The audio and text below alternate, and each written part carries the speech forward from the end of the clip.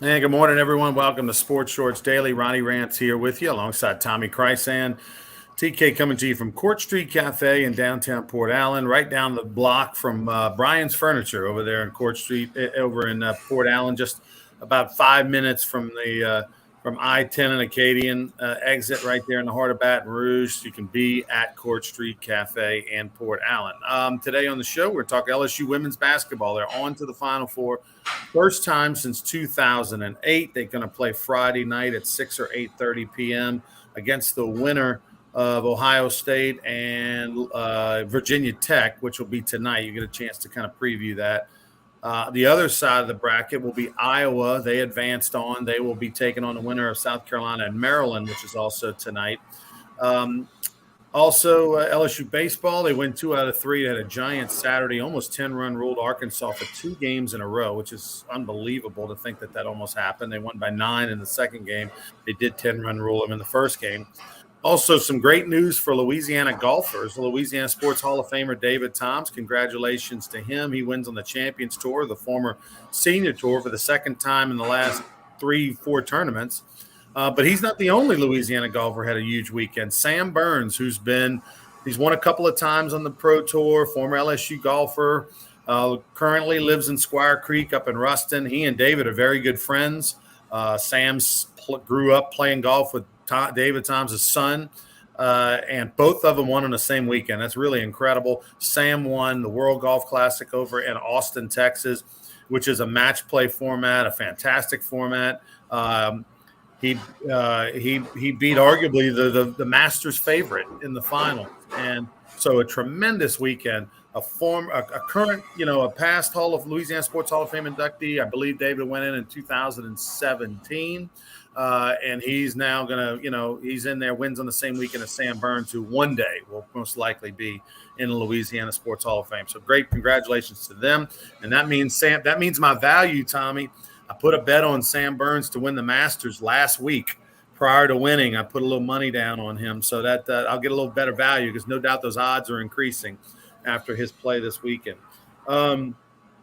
Let's see. MLB opens Thursday. All 30 teams going to be in action. Gone are the days of the Cincinnati Reds having the first game of the year or playing in Japan or something like that. All 30 teams going to happen on the same day. The Final Four on the men's side is a who's who of nobodies. Cinderella galore. 3 teams that weren't even ranked in the top 20 are in the Final Four. UConn, who, people were talking about them a little bit. They look like the perennial favorite. I know you jumped on them after watching them the first couple of games in the tournament, thought they looked great. They'd lived up to all of that in the Sweet 16 and the round of 8. And UConn now goes to the Final Four as the favorite.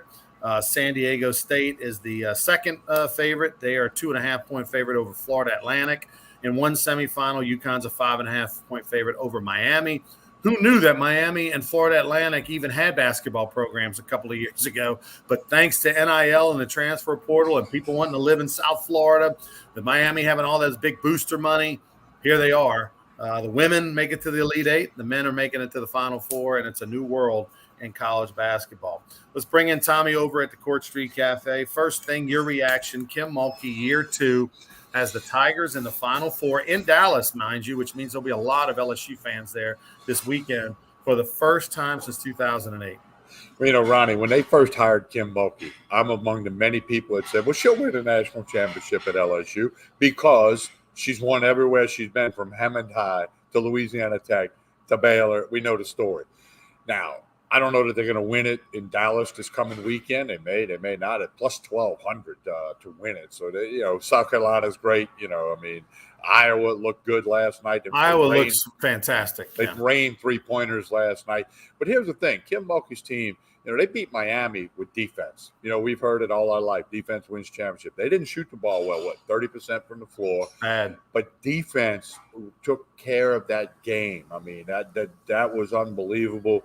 And, Kim Mulkey, we've said it for 2 years, the day they hired her. Don't be surprised at anything she accomplishes. Now, she's into the Final Four, and they got a lot of work cut out for them over in Dallas. But like you said, she's going to have a lot of LSU fans there, like they had in Greenville, South Carolina.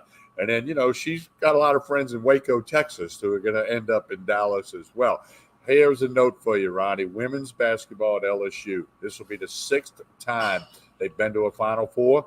Bob Starkey's been on the bench for every one of them. He's the common denominator here. So, hey, Kim hired Bob. That was a key component.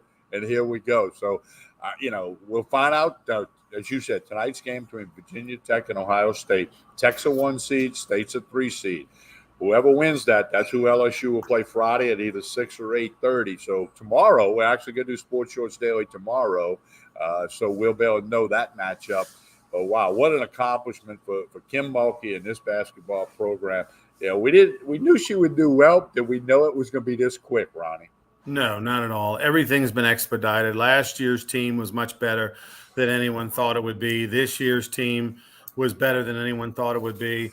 I don't think they have it in them to win the national championship. You got to score. I mean, it's not one thing to play defense, but you got to score, and they can. I mean, there's probably, and unfortunately, LSU, as great as they were with Simone Augustus and Sylvia Fowles, that might have had a little more to do with it than Bob Starkey being on the bench. No disrespect to Bob. I'm just saying, I like Bob. I'm giving him a shout out. But, I mean, you're talking about if there's a Mount Rushmore of LSU women's basketball, you'd put Simone Augustus on it. You'd put Sylvia Fowles on it. After this year, you'd probably put Reese on it. And then you got one spot left over for another player, probably Pokey Chapman, believe it or not. All right, Roddy, how about this? It's already started. Dear Board of Supervisors, end the controversy. Just make it Kim Mulkey court. Right, exactly. That's already out there. I mean, I saw it all night last night and a little bit this morning. Come on, Board of Supervisors. So, oh my! I think Kim's gotten enough between the millions and the multi-million-dollar contract and the multi-million-dollar office. I think she's done pretty well. But here's the thing: the LSU in those 5 Final Fours they went to in a row never won a game in the Final Four, and I think that's going to continue this year. I don't think they're going to win. The good news is they're not playing Iowa and they're not playing Maryland and not playing South Carolina, because I think whoever wins that game is going to win the national championship. South Carolina's the best team in the country. Iowa scored almost 100 last night in Elite. They shot 53%. They shot 45% from the 3. They had their best player went for 40 and a triple-double. Like that's crazy stuff. And so Iowa's on a next level when it comes to scoring. LSU can't match that. Even if they hold Iowa to 75 points, they're not going to score 75 points. So I think that Iowa's way a next level. Maryland's a fantastic program with a Hall of Fame coach. South Carolina's got the best player and program in the country. So whoever wins that semifinal is going to, I think, steamroll Virginia Tech, Ohio State, or LSU. But that said, a tremendous accomplishment for what Kim Mulkey's team did. I mean, Miami couldn't do anything. They were absolutely suffocated. Now, it was hard to watch, and I've beaten up women's basketball in the past. It's not my cup of tea. It's clumsy. It's difficult to watch. Obviously, I watched and I pulled for it because it had LSU across the chest. If it had had any other colors or letters across the chest, I would have watched, the Real Housewives. But I watched a game. It was tough to watch. They won the game. It reminded me of Dry Prong Junior High versus Brame Junior High, where I went, by the way. Shout out the Brame Gators. It was just, thank God for Iowa after. They brought me back to women's college basketball, raining all those threes.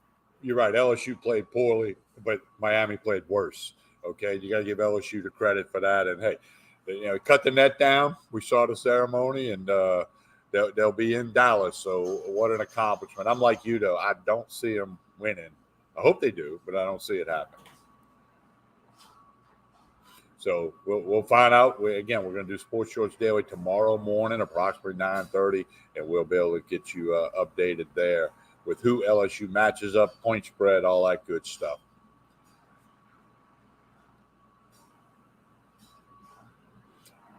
All right, Ronnie's video has froze up a little bit. He'll be unfrozen in a minute. How about the men's Final Four, Ronnie? 3 teams that have never been before. It's incredible. And UConn, looks like the class of this Final Four. I mean, they've got the size, they've got every piece that you want for a basketball team. But I think it speaks to the transfer portal. It speaks to the fact that a lot of the best players now, more and more and more, are not going to college. They're going to the G League. They're going overseas. And so because of that, those perennial dynasties like Kentucky and Kansas and Duke and North Carolina that would get a lot of those one and dones, they're not getting them. Many of them are not going to college. They're going to make a couple $100,000 for 1 year and then go to the NBA. So that's affecting the game. The transfer portal is affecting the game because, fewer and fewer of the big programs are you having guys stick around for 2, 3, 4 years. So where the mid-majors come in is the mid-majors might have a few more guys stay because they're not as highly sought after. So you get a chance to coach them for 2 or 3 years.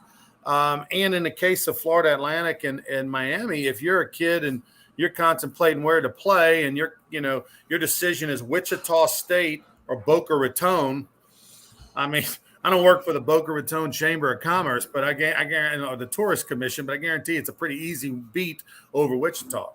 Well, Florida Atlantic's got a bunch of 4th and 5th year guys and 1 6-year guy because of the pandemic, allowance or whatever.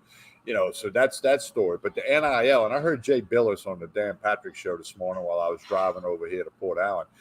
He's talking about, these colleges, these mid-majors, they'd rather go get a guy that's played 2 or 3 years in college. He's played 50 or 60 college basketball games, albeit it's still college basketball, than take that high school kid that they're not really sure or you got to develop him and all that. And then that's what the one and dones aren't happening like Duke and Kentucky did for about a decade. So, I think it's good for college basketball. You got 3 teams that hadn't been there. Everybody loves the underdog. Nobody loves the super duper favorite. Some do. So I think this is good for the men's basketball game because of all the stories that are involved, And I mean, Florida Atlantic with 35 wins, a chance to win 37 games if they win both. But Ronnie, you're right. After I watched UConn, didn't watch them until the Sweet 16. Wow, they've got all the pieces you need. They play well. They can't get beat. And they're the favorite. They're minus $1.25 to win the men's Final Four. By the way, that's in Houston. And then the San Diego State, Miami, Florida Atlantic plus 600. So UConn right now is the favorite, and they're a 5.5-point favorite over Miami Saturday. San Diego State's a 2-point favorite over Florida Atlantic. There can't be anyone that still has a perfect bracket, right? Yeah. One of the wives of the Danettes, the 4 guys that do the show with Dan Patrick, has all 4 Final Four teams. And that's crazy. Jay Billis said she must have flipped a coin, and or she's got a relative in each of those cities or something. But there's like 3 other people that correctly picked the Final Four teams and out of millions of brackets. My guess is that the people that pick the brackets on these online deals where you can kind of have unlimited entries is, you get a computer to spit out, 65 different scenarios. You know what I mean? Like there's no way. We're talking about 4 teams. 3 of the 4 weren't ranked. The highest ranked team was 20th in the country, and that was San Diego State before the season. Nobody does a bracket where you don't have any of the number 1 seeds or anything. I mean, it's insane. No, it's like picking a horse at the horse race because my mother used to like the pretty color of the silk, right. what the jockeys wear, and she'd bet that horse and it'd win, and it just looked like she was smart. No, it's amazing what has happened. Like somebody said, I heard this somewhere over the weekend. That logo in the middle of the court, March Madness. There's plenty of madness this year. But it is good for college basketball. And look, I'm sure you can make the argument that it's probably they may have statistics or something, Tommy, that says that it's better to have those brands, right? Kentucky, North Carolina, Kansas, Duke. It's probably better to have those UCLA. Probably better to have those brands from an eyeball standpoint, from a validity standpoint, from a whatever, to have them be really good throughout the year and make runs in the Final Four. As much as we love the Butler's stories and the FAU stories, it doesn't drive the numbers, I'm sure. But from a basketball fan standpoint, hey, if you're an LSU fan standpoint, for example, as bad as they were this year, they can be right in the mix next year. It's that kind of volatility that makes it interesting from year to year. Iowa State a couple years ago, who LSU played in the NCAA tournament, lost all of their starters, had won 1 or 2 games in conference. The next year they're in the NCAA tournament. So, and so with the transfer portal in a program like LSU, where they have the money, they have the name recognition, the brand, the desire, they can go get 3 or 4 players that can make a difference, and all of a sudden they might be a bubble team into the tournament next year. And you used to not be able to be like that. Yeah, no, it's definitely, you can turn it around a lot quicker due to NIL, due to the transfer portal, all the things that we've mentioned here. And we've seen many examples of it. I mean, you can look at this too. I mean, Kansas State got beat the other night. LSU had them beat back in November. Right. A crazy call by a ref, and teams are way different in March than they are in November. I get that. But still, I mean, so, Matt McMahon, was great to see he and Brian Kelly and Scott Woodward over in Greenville, South Carolina. That picture went all over social media. And so, he knows what he's got to do. We'll see if he can make the team better. Well, the old saying, hey, just give me a seat at the table. If you get into the dance, anything can happen. Used to be like, yeah, right. Okay. Now it's true. It's true. Well, Rodney, you get into the dance, anything can happen. One of my favorite signs ever. Okay. I mean, this one as a kid and all that. I think the Final Four was in St. Louis. And I'm like a 12, 13, 14-year-old kid, and somebody had a sign that said, "Welcome to the annual Bruin Invitational," because that was when UCLA won the thing, 10 out of 12 years. They called it the Bruin Invitational. Right. That's not the case no more. It's March Madness for sure. Well, and that's how it was for LSU baseball for all those years. Omaha, Rosenblatt was, Alec Box North, you know what I mean? And so that it was kind of a nice run there. All right, we move on. One other thing, I got to throw this out there. The signs like that, when years ago, Miami, when they first got in the ACC, they went and played Duke in football, and Duke upset them. And somebody had a sign that said, "Where do you see our basketball team?" Right. That was a good one. So LSU women, they head to Dallas. Remember the last time LSU was in the Final Four in Dallas, and I'm not sure if any of those 5-year runs, if it was in Dallas or not, but I know in 1986 when Dale Brown went to the Final Four, they lost to Never Nervous Purvis Ellison and the Louisville Cardinals. That Final Four was in Dallas. So excited for the LSU fans because that'll be an easy drive. And, of course, Dallas is a giant alumni population, including my sister and her family live over there in Dallas. So 6 or 8:30 on Friday, we'll find out tonight. They take on the winner of Virginia Tech, Ohio State. By the way, Caitlin Clark, she's a bad woman for Iowa. I mean, she is literally the female version of Steph Curry. I mean, that comparison, and she's more dominant than Steph because she's bigger in the women's game, so she's able to get more rebounds. But she had a triple-double. She shot better than 50% from three. She shot better than 50% for the game. She has no conscience whatsoever. She'll take one dribble past the midcourt and launch it, but more times than not, she makes it. She's unbelievable. She'll be the first pick in the draft, first or second pick in the draft, I would think. Yeah, no question about it. I watched some of that game last night. I mean, she doesn't care where she's at. She'll throw it at the hoop.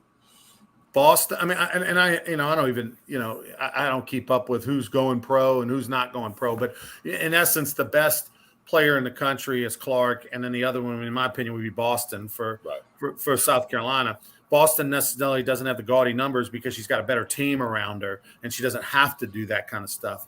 But she is the most dominant force. She just takes up the lane and shuts down everyone defensively, blocks shots. And, oh, by the way, if you need her to score, she can go get you 20. But, so then it just depends on what WNBA team, what do they value? Do they value that person in the middle? Does that game matter to them, or do they have someone already? But Caitlin Clark's box office.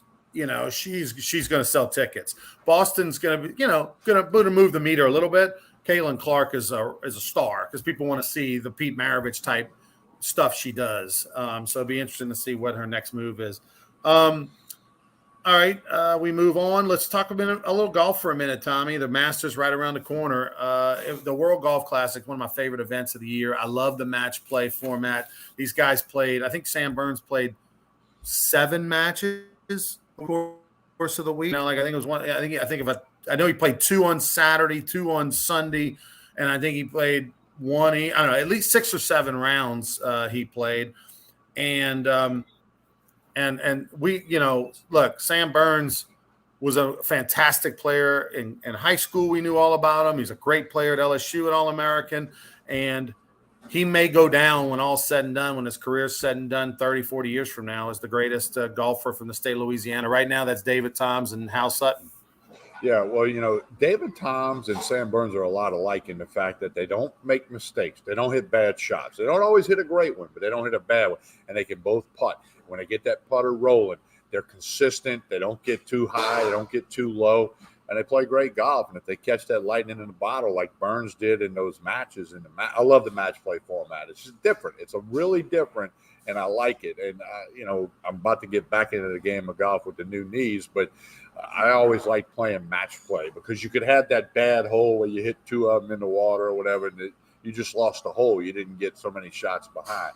So I think that's good. And then, of course, David Toms, he's just steady, consistent, plays the game. I remember we had him on the old Sports Down the Middle show years ago, and he did a little clinic at the U Club that I was at. And, I mean, that guy can just it looks effortless, just like Burns. It looks like they're not even swinging hard. And then, the 7-iron goes 175. He beat Scotty Scheffler, who is the favorite to win the Masters and has been the best player in the world for the last 13, 14 months. And then he goes and takes care of Cameron Young, 6-5. He beat him in the finals. I mean, 6-5. That's like a score that Buzzy Heidel against Ronnie Rance. I mean, like that's pretty dominant. No, Buzzy would be 9 and up. Well, he'd win the first 9 against you. Listen, we all know it's the match play rounds are won and lost on the tee box. How many strokes can you negotiate, right? And that's what it all comes down to. So maybe I think I could probably do okay negotiating with Buzz and at least make it to the back 9. But anyway, that said, he was just absolutely dominant. And it's funny because the documentary on Netflix, which have you gotten it yet, Tommy? Have you gotten Netflix yet? Not yet. I got the app on my phone. Is that progress? I mean, it's better, but I mean, listen, how about this? Spend the $14.99 this month. Okay. If you don't like it, you can get rid of it. You cancel it. Right. I will have it by the end of the week. But I mean, I'm telling you, there's so many good things on there, including Full Swing. Like you won't leave the couch watching this 8-part documentary. It's fantastic. All right. I'll have it by the end of the week. And they did they followed in season 1, they followed, they had a different story each week, and they didn't feature Sam Burns. Reports are in season 2, he's not featured as well. So, he's kind of flies under the radar. He lives in Shudrint, Louisiana, which is right outside of Ruston, right there at Squire Creek. He's from Shreveport. He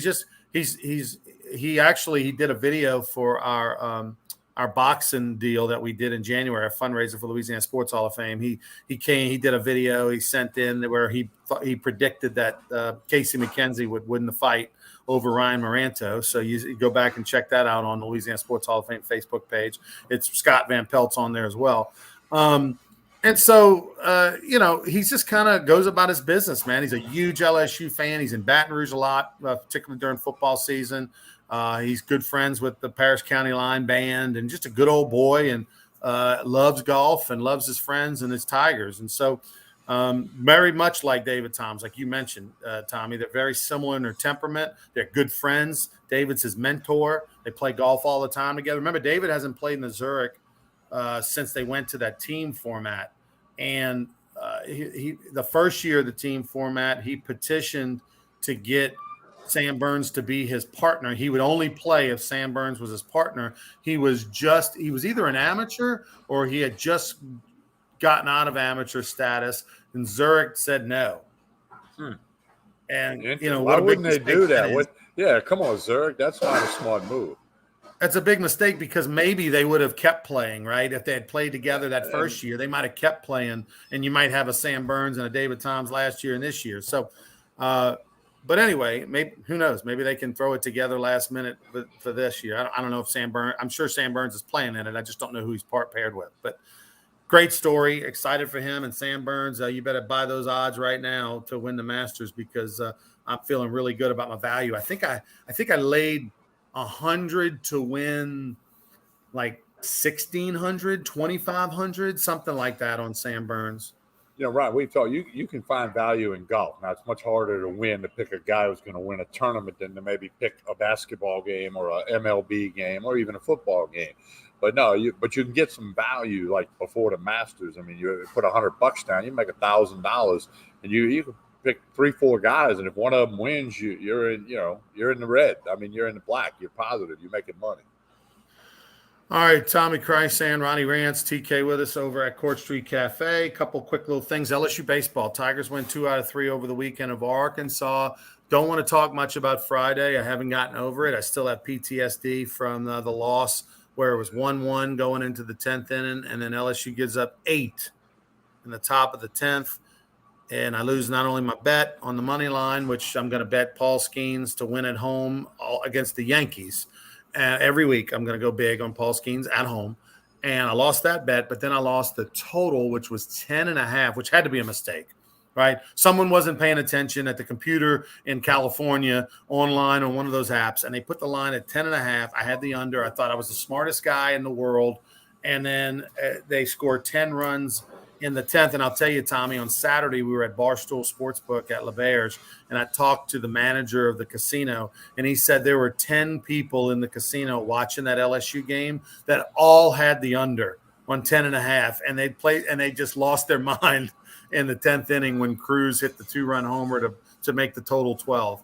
Well, Ronnie, other than that 10th inning, LSU outplayed Arkansas. And I know Arkansas went up 2-0 Saturday morning and all that, but they were the better team, and Dylan Cruz, I mean, there's nothing we can say about Dylan Cruz. I'm just telling you, Thursday night, Tennessee's 0-4 on the road, by the way, not counting neutral sites, 0-4 on the road this year. Now they bounced back a little bit this weekend after getting swept by Missouri, but that's going to be a tough ticket Thursday night at the box. When Skeens goes again, what's the guy from Tennessee? They got a major league guy too, Norlander or something like that. Yeah, they're gonna the top 2 draft picks coming up are going to face each other on Thursday night. So you want to see the scoreboard's going to have 100 miles an hour on it at least 30 times between these two pitchers, probably more than that. But LSU, look, they're back on top of the SEC West. Like Arkansas, they're 4-2, but obviously they own the head-to-head against Arkansas, winning the series this weekend.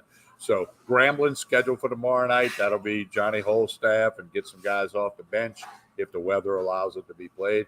And then Thursday, Friday, Saturday, LSU, Tennessee. Tennessee's down to 10 or 11 in the polls now, so it's not really a top 5 matchup like it was with Arkansas, but when you got 2 major leaguers on the LSU roster, Paul Skeens and Dylan Cruz, and others who may make it, but those 2 for sure. Just a wild deal. What we're seeing from Dylan Cruz, and in credit a lot of Tommy White and Kevin Dugas and all that have protected him. So when Cruz comes up, he's coming up with guys on base. They can't pitch around him. They're saying, well, if we just walk him intentionally, I got Tommy White behind him who's going to hit a homer. So, because everybody else is so good, Dylan Cruz is having the opportunity to see pitches that he would never normally see. If this was Dylan Cruz last year, he wouldn't be getting these pitches. He'd be walking like crazy. He'd be facing breaking balls in the dirt left and right. But because of those other guys, they have to pitch to him, and he's able to show off what he can do. Now, when we start talking about greatest ever, he's in that conversation, Tommy. Now we'll wait and see how it plays out the next couple months and how LSU ends up, because unfortunately at LSU, the bar is super high. But when we talk Eddie Furniss and Todd Walker, the greatest 2 left-handed hitters LSU's ever had by far. Eddie Furniss is still all over the SEC record books. But as far as he's top 4 hitter right now. If he doesn't play another game, he would be Eddie Furniss, Todd Walker, Dylan Cruz, and then we'd have a hell of a lot of fun trying to figure out that 4th person. Well, Bill Franquez, who's seen it all since Skip Bertman arrived, said he thinks Dylan Cruz is the greatest. He said this in an interview on ESPN, that it's the greatest LSU player he saw, with all due respect to your teammate Todd Walker, Eddie Furniss. Rafe Rhymes had a heck of a year that one year, but it wasn't over a long period of time. There've been, Albert Bell. Albert Bell, Skip Bertman will tell you, he never saw anybody hit the ball like Albert Bell hit the ball. But, he had other issues there. But, again, with all due respect to your teammate Todd Walker, to Eddie Furniss, Alex Bregman, we can make a long list here. I mean, but Dylan Cruz is in the conversation for sure.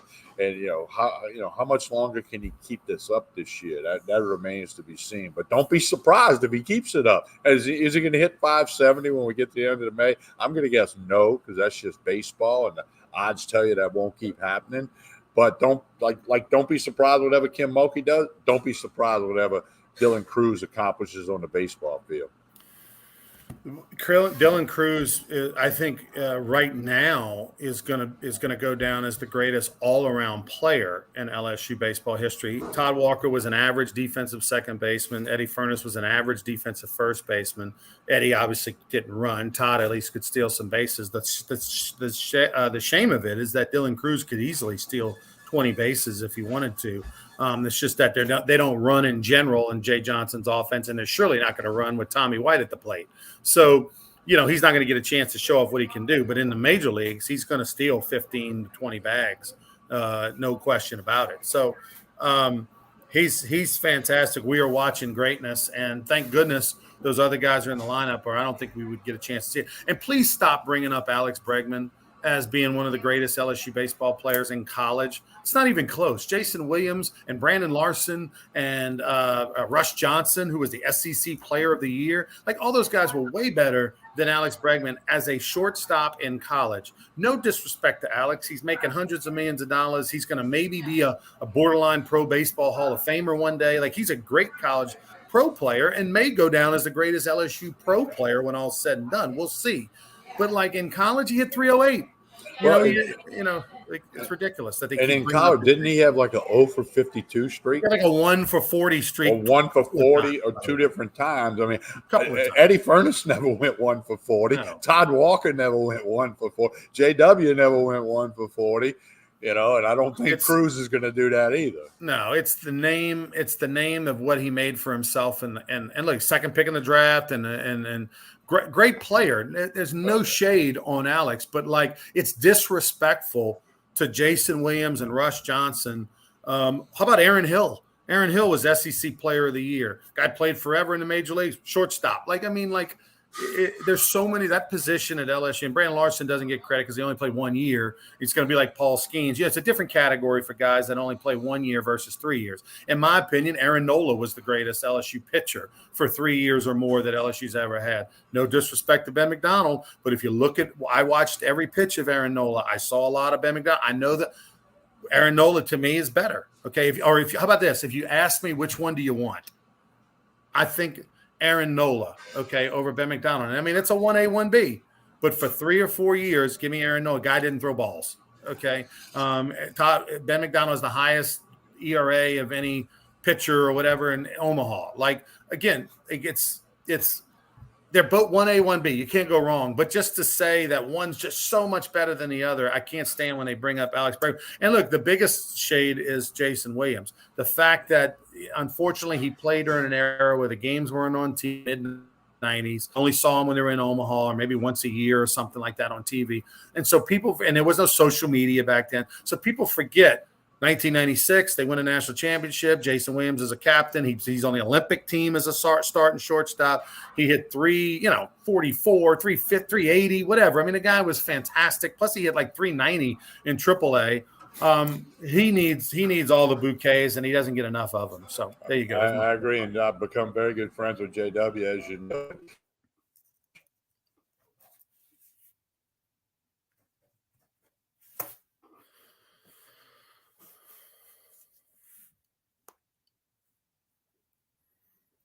I don't know if you can hear me, TK. You kind of froze up on my end. Tell us a little bit about Court Street Cafe while we get out of here.